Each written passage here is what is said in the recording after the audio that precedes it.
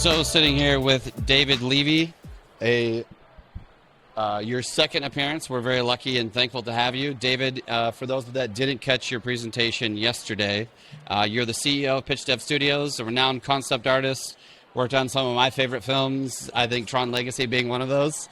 I had the fortune and ability to talk with you guys on your work on Finch for Apple Plus. So today, I'd love to know a little bit about what you're planning on presenting and what the plan is. So as you mentioned, I mean, I worked in movie industry. I worked in the video game industry. So I basically worked, I'd say, 15 years in the game industry and 15 years in the movie industry. And so I gathered a lot of experience from those two different kind of environments to work in. And today we're going to be talking about a project that's actually that we produce with Pitch Dev Studios. That's basically a series. The platform is probably going to be YouTube or something similar, where it's about. So basically, we're taking things in our own hands, as opposed to have designed things for major corporations, like HBO or like other big studios. We are working for ourselves, so it changes it actually does change a lot of things. And the project is called Kontrol, and it's a sci-fi, I'd say very sarcastic sci-fi TV series, where we're taking, we're going aboard a team of two guys that are going to start working on the moon. And which is some of the work that we have here, I believe? That's correct, yes. Yeah. And the project is called Kontrol. So it's an animated series that's going to be using Unreal as a rendering engine. Oh, that's very cool. Yeah. And a lot of the stuff that you're going to see today and what I'm working on right now is kind of like a typical concept art that we would have done for that project. So yeah. And then, of course, we're using, because that's why we're here, of course, is we're using Magma as a tool in order to not just create those environments and those concepts, but more importantly, manage the project. I see. So tell me a little bit about the process that you're setting up here. That I see a lot of black and white and grayscale values. So here it's really like that's kind of like the origin of where the project will be. We're doing like kind of blue sky. Well, it's kind of, I guess it's a joke. It's not blue sky. It's black sky in space. Right. Where we're doing, but known as blue sky. Exactly. Yeah. Where we're on the moon, and what is that environment going to look like? Now, what kind of like composition are we going to see when we have a shot? It's really kind of like the beginning, the inception of that project. Yeah. So that's the idea. Yeah. So the idea is to envision just some of the foreground, background elements, some of the large, just setting the depth of the scene in this stage, not necessarily focusing on the details of every major edge or Exactly. And the tools that are in Magma are great for that because especially, and that's a technique that I knew from an illustrator I was working with called Sparth, who used a lot of the custom shapes. And what's great is that if you look here on the right, a lot of those custom shapes have been integrated into Magma in order to paint with. So, for example, if I want a ground, of course the moon has kind of like a silverish ground, and I can take one of those custom shapes, like this rock. I can pick a color that's kind of silverish, like let's take a white, and I can really play with the reflection on the ground because the moon has a little bit of reflection, on the floor, on the ground, and I can fake that, by using the custom shape tool and then erasing whatever I don't want and don't need. Right. So that, and these are very basic, usual, I'd say, concept art techniques, but applied in an environment, and that's where the big difference is with Magma. It's applied in an environment where you have art direction included with it. Right. So let's say I'm an art director and I want to drop a comment in there. Well, I can just drop a comment and say, okay, this is nice. Please. Oops. This is nice. Please add another ship landing.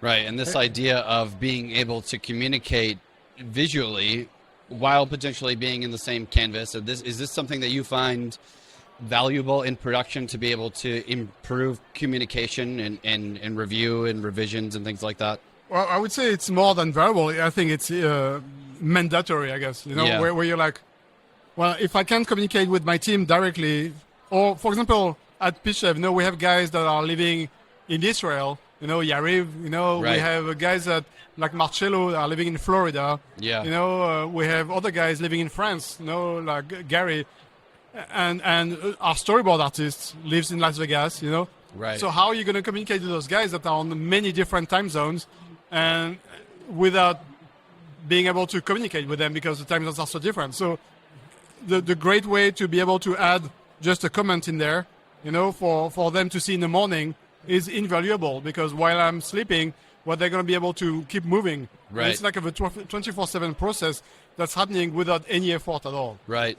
So I think that is incredible. It makes me think about old tactics and abilities, tools that we would use to share information, is like taking a screenshot or rendering an image and then sending that via Slack or an email, and then somebody does a draw over or writes notes on it and then sends it back to you. This whole idea of almost creating a living, breathing canvas that has everybody connected, having even these new developed features that are giving you the ability to call people within the application is such a wild and crazy thing. But in a world of, as you said, people are working and living in different places. This 50 years ago, you couldn't do this, but now this is becoming more and more necessary, it seems like, to improve production and create more quickly. yeah, and it's very funny because when we created PitchDev, that was like 6 years ago, a lot of people were like very wary. They were like, well, hold on, you're not on site. Yeah. How is that going to work? Yeah. And then COVID happened, and they're like, oh, well, we got to make this work. Uh-huh. Right. Absolutely. Like whatever it takes now, Whatever it takes. Yeah. Right. And the only way to get that to work is by creating emulation within the team members. Because if it's not fun, no one's gonna want to do it. you Yeah. know? So I think the process into which like Magma are creating a way for a work environment without being too like forcing. Yeah. Like I use Slack every day for work. Yeah. I use other softwares, for management. But we're artists. Yeah. We don't want to have to go through pages and pages of communication in order to get a simple point across, like, please add another spacing. Right. It should be very obvious and direct. Right. I do love this idea in what Magma is presenting here, is this just improvement based on, the kind of slogan is by artists for artists, but it really is about taking feedback from creatives and trying to just improve this process, because I agree, myself being more on the 3D production and product side, just having to know and learn so many tools, and then adding all these other tools for communication, Slack and other things, to have to try to share this information just adds more layers to the process. And, we were just sitting here with Ray Bustos talking about not having a cell phone and everything is app-based, and trying to simplify and just be able to focus on design. Focusing on making this product more usable in that way seems to be just the most logical thing that you could do. Totally. Yeah, no, I fully agree with that. And here, because I'm doing this design just like as just an example of what it could be, But if you look at some of the other work, that were done by Marcello, for example. So let me see if it's gonna load. It's loading. Yeah. But you can see the thumbnails. First of all, just the fact that you can see the thumbnails at the bottom. Amazing. No, you can see the progression of the project over and over, and see. Well, let's say now we're gonna make a turn in the style of the project. But for example, what I did before was kind of a rough sketch, and then Marcello is like, okay, cool, I get it. I get the inspiration. We see some domes. We see some very sharp architectural shapes, and we're gonna need some vehicles, and I don't have to worry about it. Yeah. Marcello has everything he needs under his pen in order to create stuff in 3D, Yeah. And then he comes back to me, he posts it, and we're like, okay, cool. Let's see what you've done, And then from there, we can start doing paint overs, Let me see, it's loading that one. And keep in mind that these files have tons and tons of layers. You know, Absolutely. But the great thing is that in the morning, I wake up, I'm like, okay, I wonder what Marcello did last night, you know, we're in the different time zone. And I look, and he explains like, okay, well, I did this. It's a rough layout for now, but what do you think of the composition and stuff like that? I'm like, awesome, just keep moving. Maybe add, I remember specifically giving comment on that piece, which was to,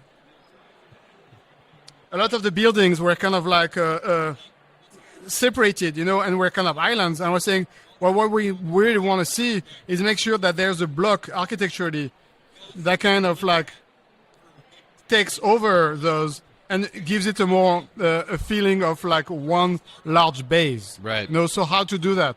And then Marcello went in there and started adding some like more of a block around those buildings so that they felt more integrated, you know? Yeah. And yes, you can do that with Dropbox.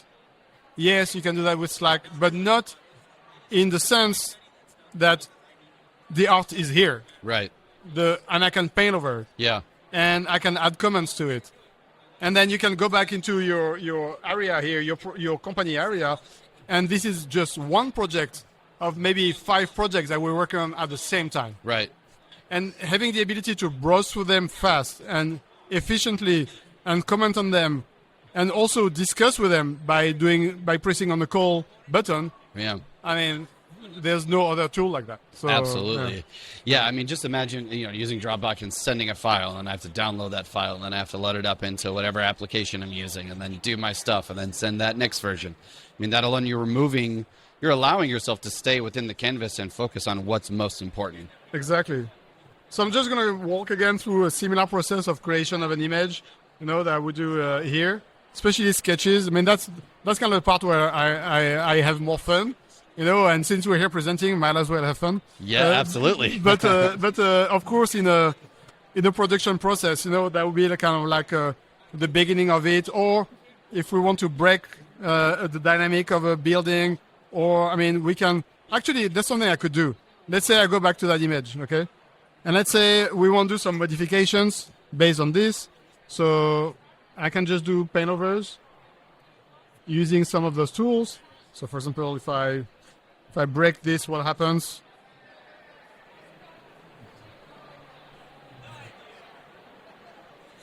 So let's say there's too much architecture on this side, okay? Well, I can just break this area, you know, and I can use kind of like a similar architectural brush. And let's say same with the ground, okay? I want something that's a little more textural for the ground. Okay, well, actually, do this, take this, and I can very easily do as if it was under construction now. You know, There's a lot of like tracks going around. Yeah, that's a good concept just for this demo, actually. Like they're in the construction phase, you know. Right. So there's a lot of tracks going around. Not everything is built. That dome is not entirely built, so I'm going to destroy more of it, you know. And in the end, I mean, it doesn't really matter what kind of brushes I use there. This kind of looks like the Death Star. Absolutely, for sure. Funny. And that's complete accident, you know. And that's what you want with a tool. You don't want a tool that's going to stimulate your process. Yeah. You want a tool that's going to be able to go fast, change settings quickly, you know, without worrying too much about what you're doing, you know. I love this idea of being able to visually stamp on Say it again? images. I love this idea of being able to visually stamp on Exactly. images. It kind of removes the need to, I mean, sketching, perspective, all that stuff is obviously very important, but from a concept perspective, you need this to happen quickly. You need to be able to just kind of get the ideas out as fast as possible. Exactly. So here I'm just trying to find patterns, stuff that are fun. I know there's a good construction thing. Here we go. That's a good one. You know, what happens if I play with that one? You know. Yeah. And what I love about the tool, you know, I've worked with Photoshop for many, many years. And there are things that are weird in Photoshop where they've never updated the custom shape tools, you know? Right. Like, well, can we go all directions to use a custom shape? because that adds so much dynamics. That alone is so simple yet so powerful. Just that alone, like you say. Just thank you. Thank you, Magma. Truly, it is really interesting when you talk about the development of applications in these areas. The whole, again, going back to the by artist for artists, is Photoshop foundationally is a pivotal tool in visual effects, and that kind of coming up in the ILM days and being used for a very specific purpose, and then exactly kind of grew into what it is now.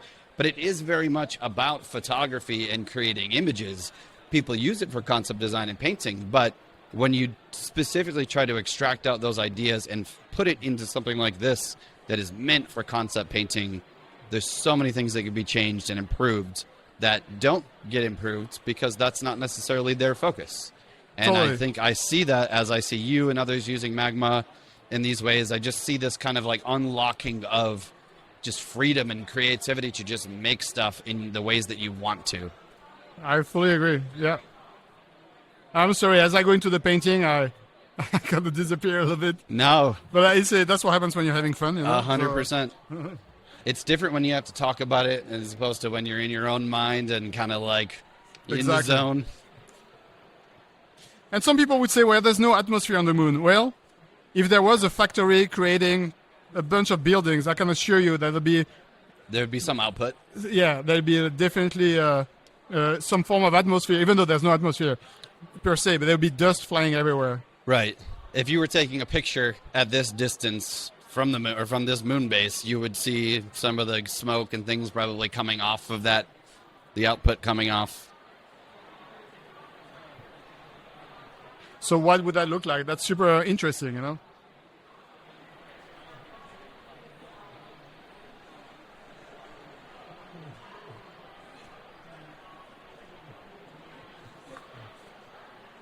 And then what kind of ships do they have in order to bring materials, you know? What layer are they? Oh, here we go.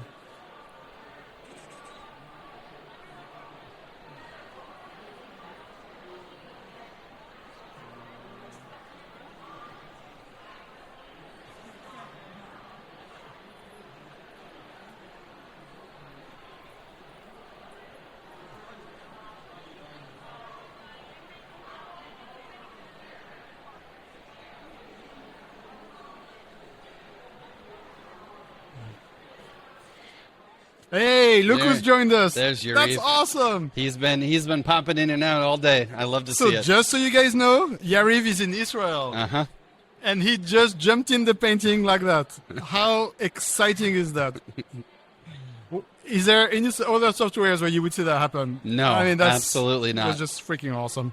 Sorry, I get so excited. No, he's been in and out all day. I love to see it. That's awesome. I had no idea. We had Yariv and Udi and Jonathan together doing their AI presentation using Midjourney. That's excellent. As Inception and, redesigning after. We just sat with Ray Bustos, and Ray was giving his anatomy talk, and then Yariv would kind of drop in and do his little sketches with them and leave notes.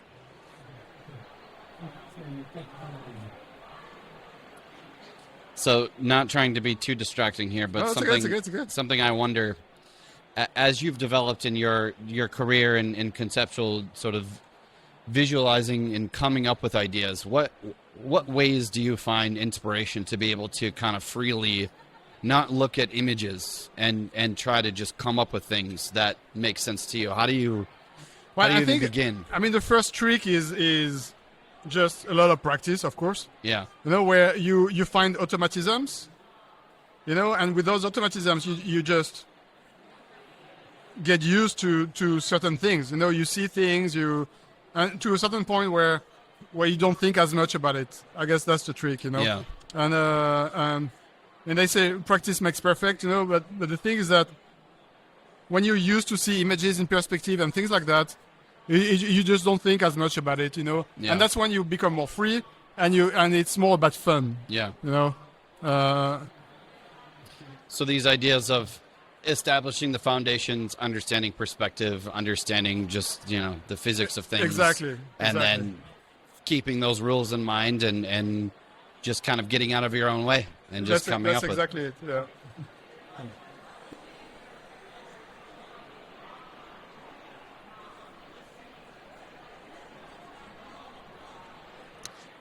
And that's something I really just find amazing, to be able to just share that, with people. And no, we were talking about that with Rush yesterday, actually.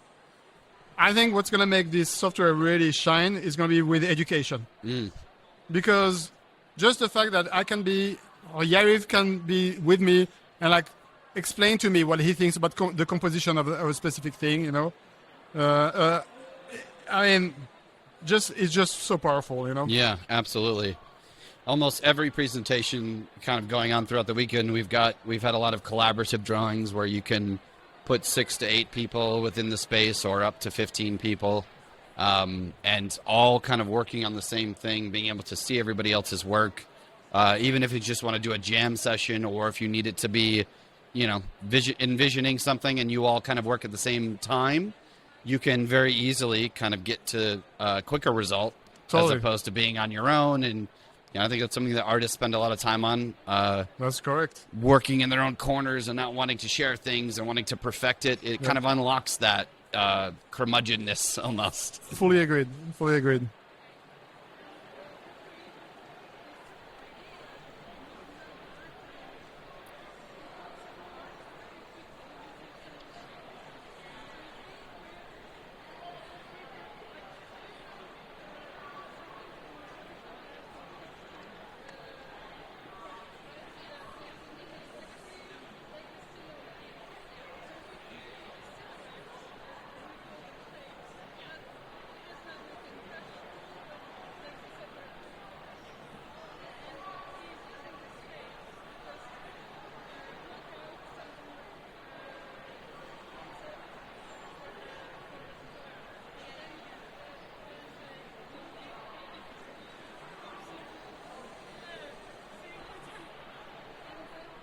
Sorry, I've gone quiet again.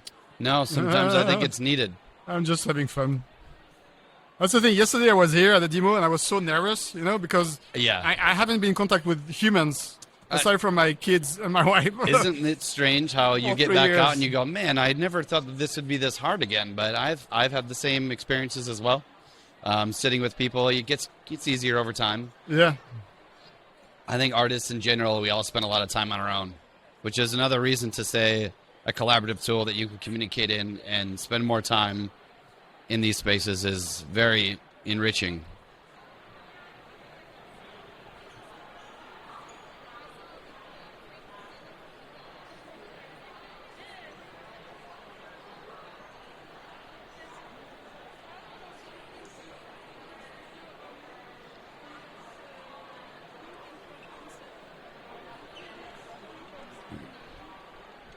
Oh, the character design and process. So Yariv asked me a question over there. So where is Yariv? Where is the character design process? I don't know if he can hear me. He should be able to hear you. Where is the character design process?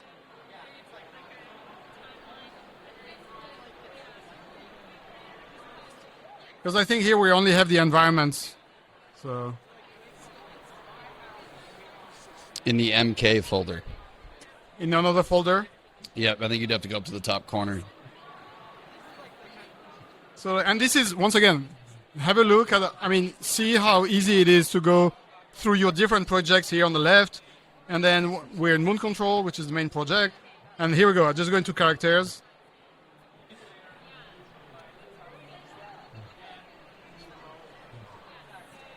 I'm going to load all the images.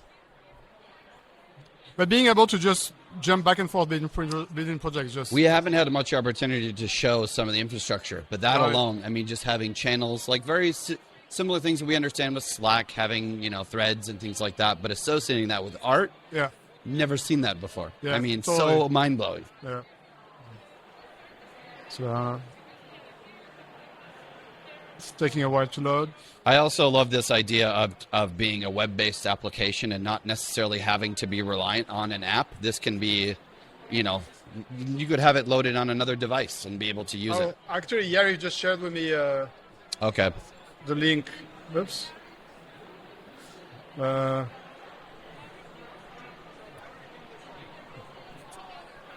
let me see what he says. What did he say? Where's the link, Yariv? Yariv, could you send it one more time?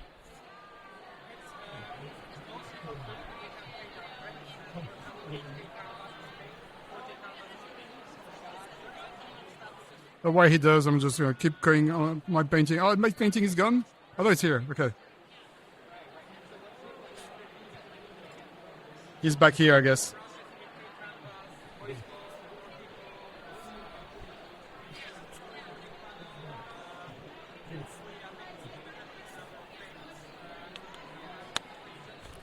So here we have a big mass here.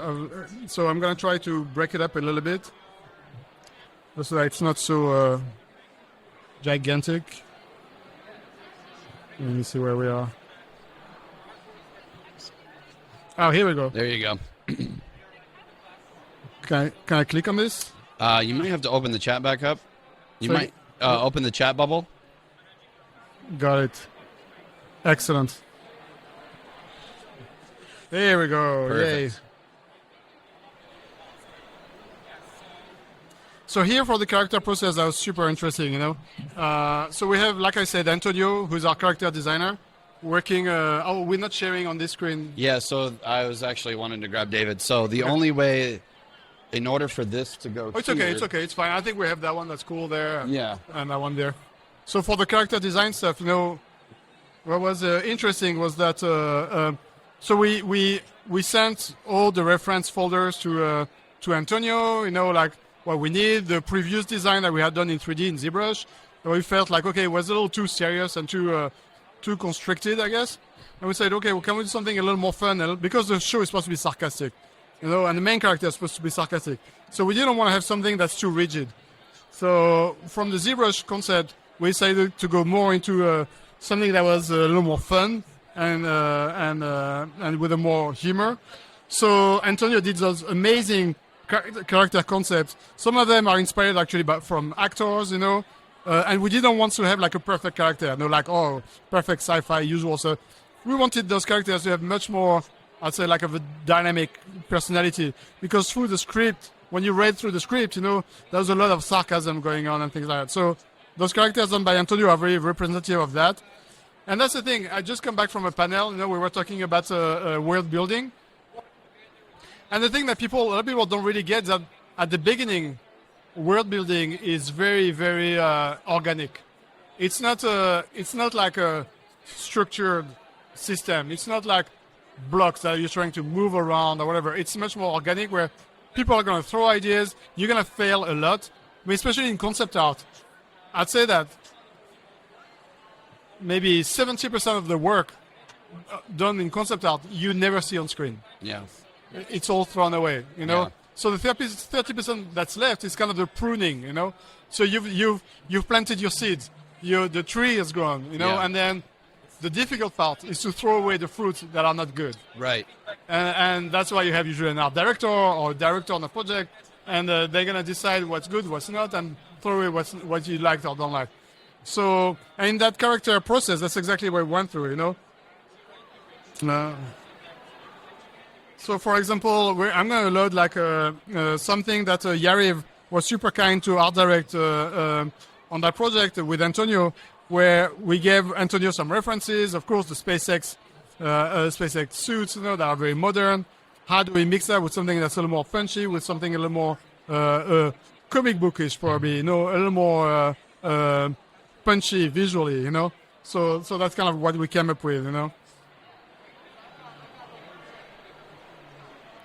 And so this collaboration at this point, this is including your contributions, your Reeves, and your other artists. Yeah, as well. so the way we would do usually is that we would sit down, you know, all in our different countries, Yeah. and we'll make a call, and then start sketching like crazy, you know. Okay, well, we have the script. Okay, what is the character going to be doing? You know, how does that relate to with of course our storyboard artist in Las Vegas. That's right here with Frank de la Femina, you know, and how can we all unify the look of the project into under the umbrella that Magma offers to us, you know? So Yeah. that's funny. That's actually just to show you how now we just use it for everything. Is that this is the booth design for LightBox that Antonio and Yari worked on, where they were like, okay, well, they did a quick sketch in 3D, you know, and then how is that represented? How can we paint over detail. Okay, well, we need something here, something there. So it's just It's almost starting with images and words, just trying to hash out the information, and then you move on to the visuals. exactly Right. So it's a process that you can apply to any moment of the production, Right. all the way to the design of the booth for Right. that Absolutely. we're sitting in. You know? Absolutely, which very much panned out to be almost identical. We had to make a couple slight changes, but I even love just being able to play around with how much arm space we have available to us. That's true. Yeah, exactly. So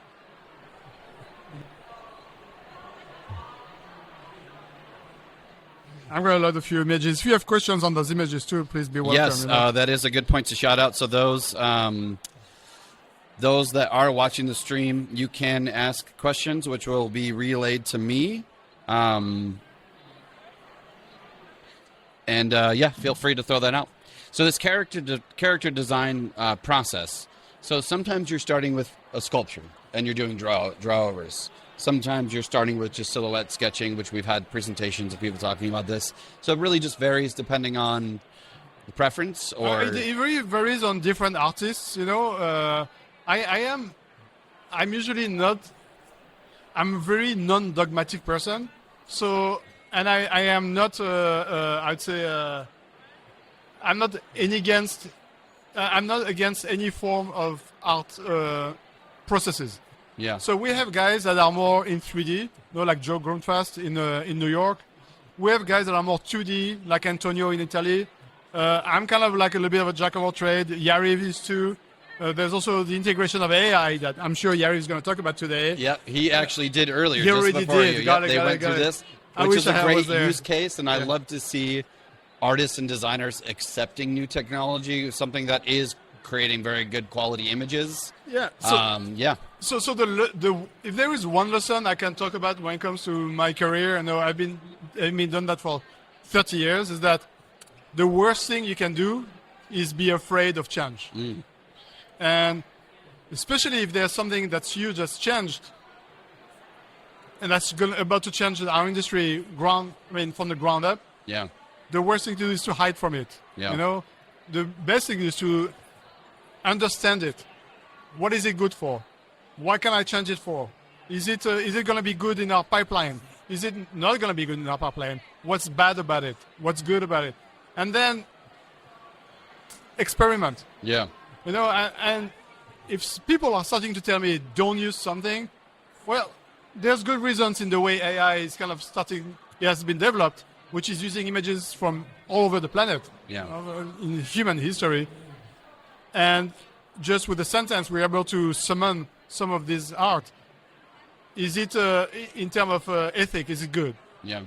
There's definitely disputes about that, you know? Sure. And I think that our industry is being awakened to that and is trying to understand the good and bad from it. Yeah. But at the same time, it is completely indisputable that the processes that they bring are so complex, numerous, and deep that ignoring it would be completely absurd. Yeah. You know, and so whether you like it or not, it's there to stay. Right, which is an important perspective to hear from people like yourself that have spent time going through transitions yourself. And did you have any involvement in visual effects and this type of production pre-digital, or were you coming up in the digital age? Is that kind of the start of your career? So I started originally in the paper and pen age. Okay. You know, I started with markers and pens. Yeah.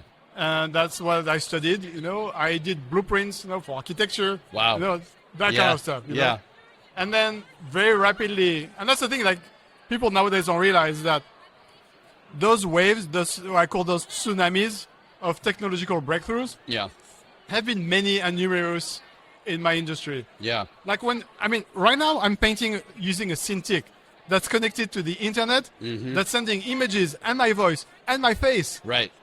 Streamed. It's incredible and mind-blowing when you unpack it like that. If you had told me that like 30 years ago when I was Yeah. a student, I would have been like, whatever, you know?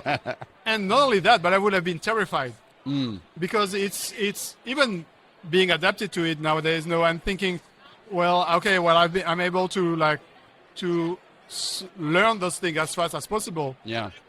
I mean, it would have been terrifying, you know? Yeah. And I remember at that time when the first Wacom, it wasn't even a Wacom, it was another brand name that has disappeared in the ages now. But I remember people being furious about it. Yeah. Be like, no way this is going to stick. Right. You know? And some of those people still exist, but this happens in every generation. And you could even just look at the transition from practical effects to visual effects and what that, obviously there were people that it affected their careers and their jobs, and those that denied it.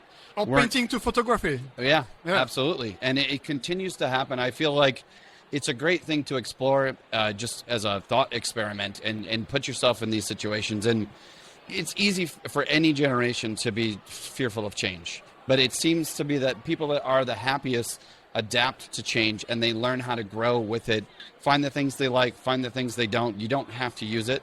You can, being able to take AI and use it in a way that makes sense for you, it just makes you a better artist and allows you to continue doing the things that you want. But if you're just going to throw your hands up and say, well, I'm not going to be an artist anymore, you're losing a part of yourself by denying that and becoming more angry and fearful instead of happy and excited to be doing these things. Well, I think the difficult part for artists is that, at our core, artists are very insecure. Yeah. It's just the way it is. Right. And there's also human narcissism. Right. We're like, centuries ago, people were saying, well, yeah, but humans can think. Now science has proven that dogs can think. Yeah. Dolphins can think. Absolutely. And have emotions and feelings and things that we never imagined were possible. It's not because we don't understand the language that who is to say with the size of their brain and their abilities, I don't know, maybe whales have poetry or singing. Absolutely. Singing, right. Particularly, I could see that totally plausible. Absolutely. And humans were sure for so long that, art, only humans can do art. Right. Well, look at that now, where we at. Elephants paint pictures, these things happen all the time, and we discover more and more through science and through technology, the ability to even be able to capture these things in nature. We wouldn't know these things without them. That's exactly right. And if you look at AI, we created AI, okay. But AI also is going to be, at some point, most probably sentient, Yeah. And I can assure you, with what I've learned over the last few months on AI and art, I can assure you that AI is going to be way better than us. Yeah, absolutely. So how do we embrace that? How do we befriend that new system? How do we work with it, alongside with it, just to be better artists ourselves? Right. And that's something that I've discovered. A lot of the work I do, if you look at the images I was doing earlier on, if we go back to moon control and environments, I'm having so much fun just browsing through those folders. Honestly, so easily, it's almost better to just kind of browse and talk through it because there's so much happening in these concepts and these things. Like all the work that I've created, it would be so narcissistic and ignorant for me to say that I've done all this on my own. Yeah. It's absurd. First I've had teachers. Then when I was a student, I would go to London, Well, my first job, I was living in London actually, and I would go to the Tate Gallery, to the Portrait Gallery, because it was free in London. Yeah. I would spend days in there, and my level was nothing at all what it is today, 30 years having worked in that industry.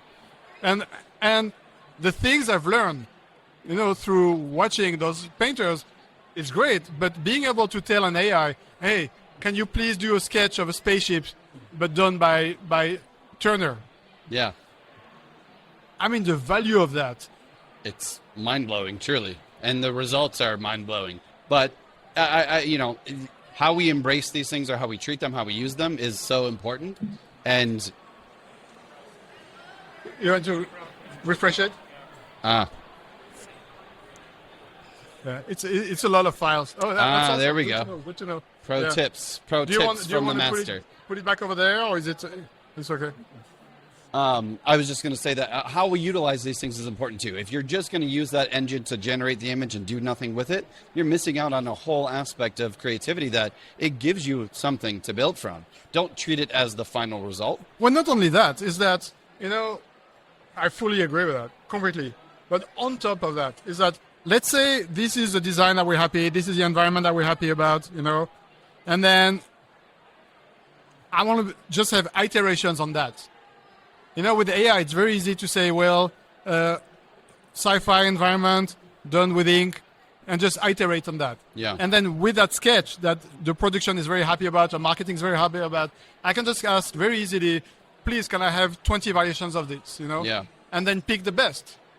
The only thing it means that our production is going to be faster. I'm going to have less headaches.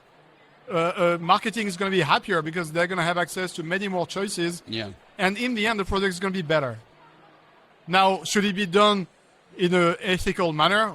Of course, it should be. Yeah. And that's not up to me to enforce that. Yeah. As an artist. As an artist, what I'm trying to do is create. Yeah. Give me the tools and I will create. And the responsibilities are not just up to me, but more importantly, to the programmers. To the people that are designing. And look, all around us, whether you see it through Meta, you see it through Twitter, you see it. People are starting slowly to awaken to the fact that there's massive ethical responsibilities attached to all these softwares. And it's not just to us who are artists to say, hey, guys, don't be stupid with this.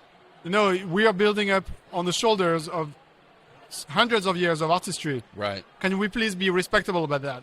Yeah, that is such a good point, is paying respect. And honestly, this is something that I always kind of keep in my own philosophy, is just being a student of history and respecting the things that we've learned about ourselves. We take that for granted in the technological age. And that is probably one of the only ways that would allow you to appreciate the things that you have and want to pass that on to a new generation for the better, not to abuse things. And we struggle with, abusing devices and social media and consuming maybe too much content. I know I'm definitely one of those people that I watch and consume everything, and it kind of dilutes my appreciation for things. And the other thing is that I think we've been going after entertainment the wrong way. We assume that entertainment is a way of entertain ourselves. Yeah. I know it sounds completely crazy what I'm saying. But I believe that the true and ultimate goal of entertainment for us humans is education. Absolutely. To imagine a world that is better and different than your own. To be able to see outside of your own perspective. It really is about that.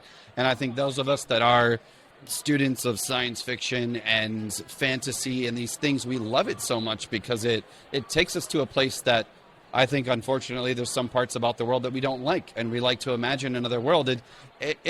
Part of it, I totally agree with you that commerce has kind of driven entertainment in the last 50, 60 years. It is about the blockbuster now more than ever, but there's still so many beautiful things about it, and there are those people that exist within that culture that are doing it for the right reasons, that want to tell amazing stories and want to inspire somebody else to feel something differently, and it all starts here, and if the content creators can respect this part more, I think the content itself would become so much better, and we'll get the things that we want. There's so much negativity in reviewing. I fully agree. I mean, I look at my daughters, they're 6 and 8 years old, and their desire to learn is incredible. Yeah. They're like sponges. Yeah. Am I going to feed them junk food? Right. Or am I going to feed them things for them to grow? Mm-hmm. I mean, humans are plants. You give them junk food, they're going to falter and get sick. Absolutely. If you give them like proper food, they will grow and blossom. Yeah. And kids are like that, Yeah. And if the message I could send to all those like Twitter and just make sure that people learn. Right. We should be learning on a daily basis, and it shouldn't be painful. Right. Too, Right. So, Absolutely. I mean, it's so funny. This discussion is going nowhere what I thought it was going to go. I know. Oh, well, you know what? That's how I do things. I think when you talk to me for too long, it ends up going down this direction. But I feel like these things are the most important, and I do think that it all connects to creativity and art and design and thinking about just making things and how we make things and what matters. Those things are so important. I think we can get caught up in the I'm making a character or a creature or a sci-fi base, but like why are you making a sci-fi base? Exactly. And why does it matter to you? And what And are that's, you and that's the other thinking? thing. And that's the other thing with AI. You know, whether it's AI, whether it's a pen and a brush, whether it's a toilet brush with ink. Yeah. Okay. What do you think makes a difference? Is it the tool you use or the idea you're trying to convey? Yeah. You know, and a lot of people get that confused. And anyway, and it goes the same with AI. If you have a crappy idea, AI or not, the result is not going to be good. You know? Absolutely. Absolutely. I've experienced that myself. It is amazing to see some of the stuff that Yuri was able to put together and mastering those, just mastering prompts and generating images, and then going in and doing these revisions and correcting the mistakes and, just getting inspired even. I've heard this from so many people, which might be a shock to others, but how much it has sparked a joy to want to make more art. It reinvigorates, like, it almost becomes a challenge that you need to overcome. If it becomes too easy to do it, and it's just a repetition of the same things over and over, I think part of what drives us is the challenge of making things, and to be able, as you said earlier so well, is to learn and grow. That we are our happiest when we are constantly evolving and changing. When we're stagnant, there's no joy in being Exactly. stagnant.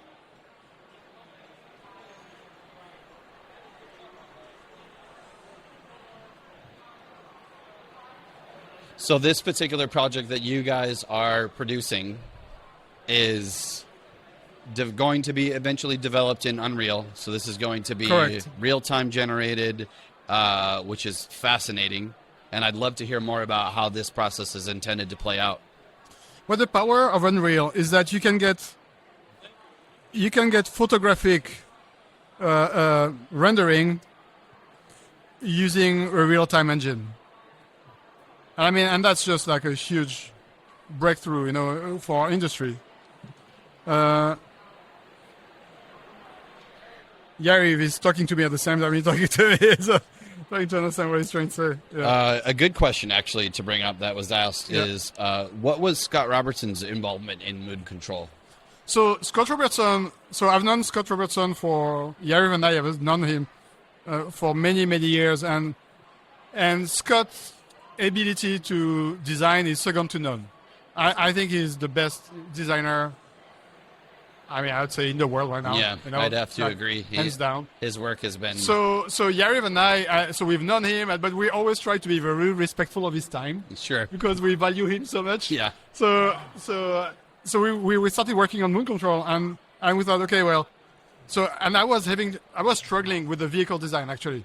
You know, I was doing a bunch of vehicle design, but they were not hitting the right note. I knew the word. I worked on it. I mean, I wrote the script with another person. And so we knew the universe. But the thing is that when you have your eyes so close to the project, you tend to lose complete perspective. Yeah. So, and Yari told me, wouldn't it be cool if we could ask Scott Robertson to help us? I was like, yeah, but he's too busy. He's never going to want to do it. Blah, blah, blah, blah.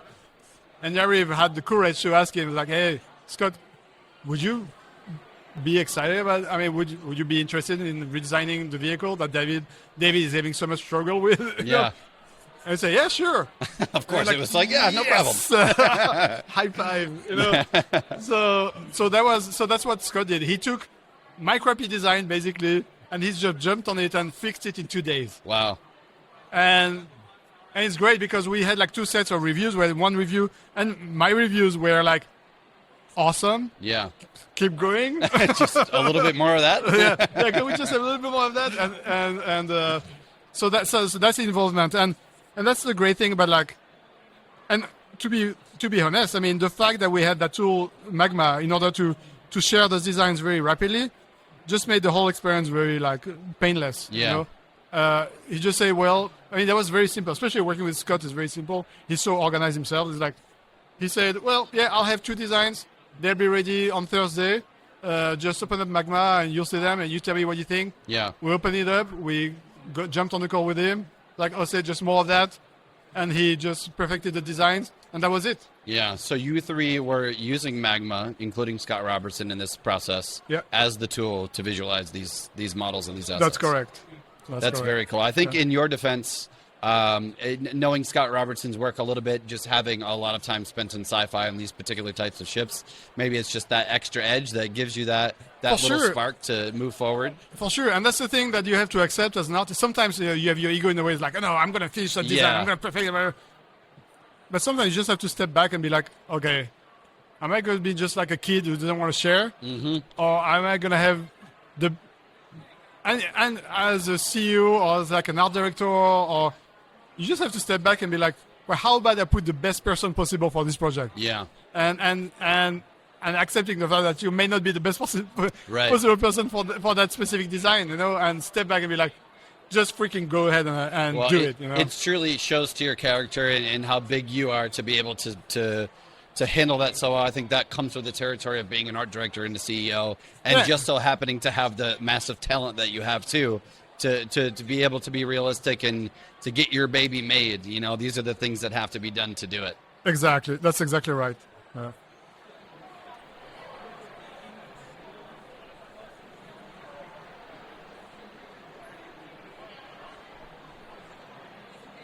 So we've got about 5 more minutes here. Yeah. As we're coming to a close, so a little bit about this project. So Moon Control, you guys are in the conceptual phase now, spending your time in Magma. What happens next? What are you guys planning on moving on to after you develop these images? So we are in the conceptual phase. I mean, Magma has been amazing helping us get the project off the ground. I have to say a big thank you to Magma.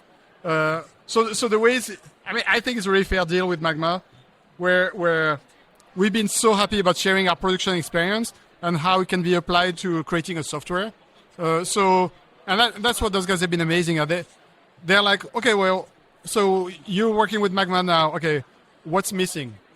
And for us, because we do that kind of job on a daily basis, it's very salient. And it's very obvious what's missing. We're like, oh, yeah, we need, for example, the custom shapes. It's like, okay, we want to produce images quick for sketches like I've been demonstrating. Like, can we have a custom shape that goes into 4 axes, X, Y, Z, as opposed into 3 axes, but 4 different quadrants quickly? And having worked with software companies before, I was like, yeah, well, good luck. See you in 5 months. Okay. And like 3 days later, Rush was like, okay, it's in. That's amazing. Like, okay. So it's been like a really great combination of working back and forth with them, where we're like, oh, we're missing something for the illustrating, or we're missing something for project management, So at the same time that they've been progressing with the software, it has allowed us to move along on the project. So our goal is to advertise our project now and try to find the funds in order to finance this TV series, basically. Yeah. So here we go. That's super exciting. And my experience with them as well, being a new adopter of the Magma experience, they have been very focused on trying to help deliver tools to artists. And you guys are a passionate bunch of guys that are doing some incredible work. And your inputs and your involvement in contributing to ideas and what makes a concepting program so good and what do we need, those ideas have very visibly been incorporated here, and I just love to see an organic process like this happen for a design tool. So I think it's a testament to your involvement and willingness to contribute ideas and to help make this thing a tool for everyone. And we've had so much a great warm reception, tons of people stopping by, presentations from you and others have had a huge impact in sharing the knowledge of what Magma can offer the concept community. So I'm just so excited to see you guys grow and get that funding. We got to figure out how that's going to happen, and we'll do our best to promote this stuff and keep it going. Well, thank you very much. Once again, it's a real honor to be working with Magma and just being here on the floor and being with people, humans again, connecting with humans again and painting live with Yarib all the way back in Israel. That's which is always fun. What a wonderful, epic generation to be living in. Yeah. And if as humans we don't destroy each other, we can really make some really cool badass stuff. Absolutely. Those of us that aren't destroying each other will be here just making stuff. Exactly. Trying to make the world a better place. Exactly. Well, it was a pleasure, David. As always, I appreciate your time, and thank you for sharing this process. Thank you, Yariv, out there in Israel, working late. the late night oil. We will be wrapping our day today with David. Tomorrow we got a bunch more presentations. And again, thank you so much, David. It was a pleasure. But thanks for having us once again. Always a pleasure to work with you. Cool. Cheers, everybody.